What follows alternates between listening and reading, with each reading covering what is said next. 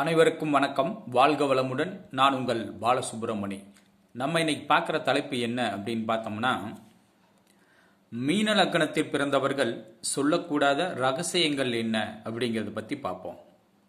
மீன லக்னத்தில் பிறந்தவர்கள் சொல்லக்கூடாத ரகசியங்கள் என்ன அப்படின்னு பார்த்தோம் அப்படின்னா, உங்களுடைய அப்பா பெருமை பற்றி பேசக்கூடாது.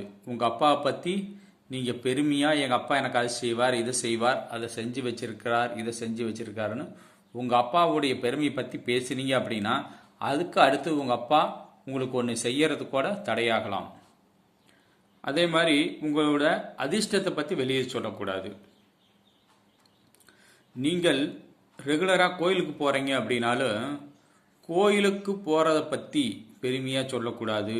கோயிலுக்கு போகிறேன் அப்படின்னு அதிகம் சொல்லிட்டு போகாதீங்க. நான் இந்த கிழமையில் இந்த கோயிலுக்கு போவேன், வெள்ளிக்கிழமை மாரியம்மன் கோயில் போவேன், செவ்வாய்க்கிழமை முருகன் கோயில் போவேன், புதன்கிழமை பெருமாள் கோயில் போவேன் அப்படின்னு ஒவ்வொரு கோயிலுக்கு போகிறதையும் மற்றவரிடத்தில் சொல்லாதீங்க. நீங்கள் பாட்டுக்கு எந்திரிக்கிறீங்க, காலையில் குளிக்கிறீங்க, கோயிலுக்கு போயிட்டு வர்றீங்க, அந்த கோயிலுக்கு போகிறேன், இந்த கோயிலுக்கு போகிறேன் அப்படிங்கிற பற்றி அதாவது மற்றவரிடம் சொல்லாதீங்க. அப்படி சொன்னீங்கன்னா நீங்கள் கோயிலுக்கு போகிறது கூட தடையாகலாம்.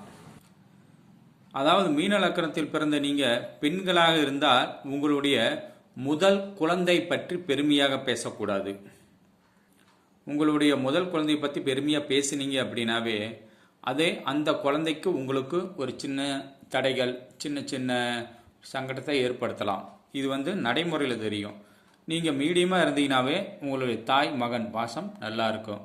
அதாவது உங்களுடைய குழந்தைகளை பற்றி நீங்கள் பெருமையாக பேசாதீங்க. மீன லக்கணத்தில் பிறந்தவங்க அப்பா பெருமையை பற்றி பெருமையாக பேசக்கூடாது.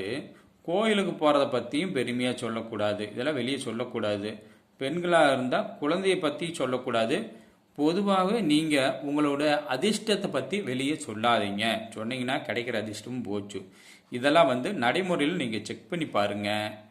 எப்படி இருக்குதுன்னு பார்த்துட்டு நான் சொல்கிறது கரெக்டாக இருந்தால் இதை கடைபிடிச்சு பாருங்கள்.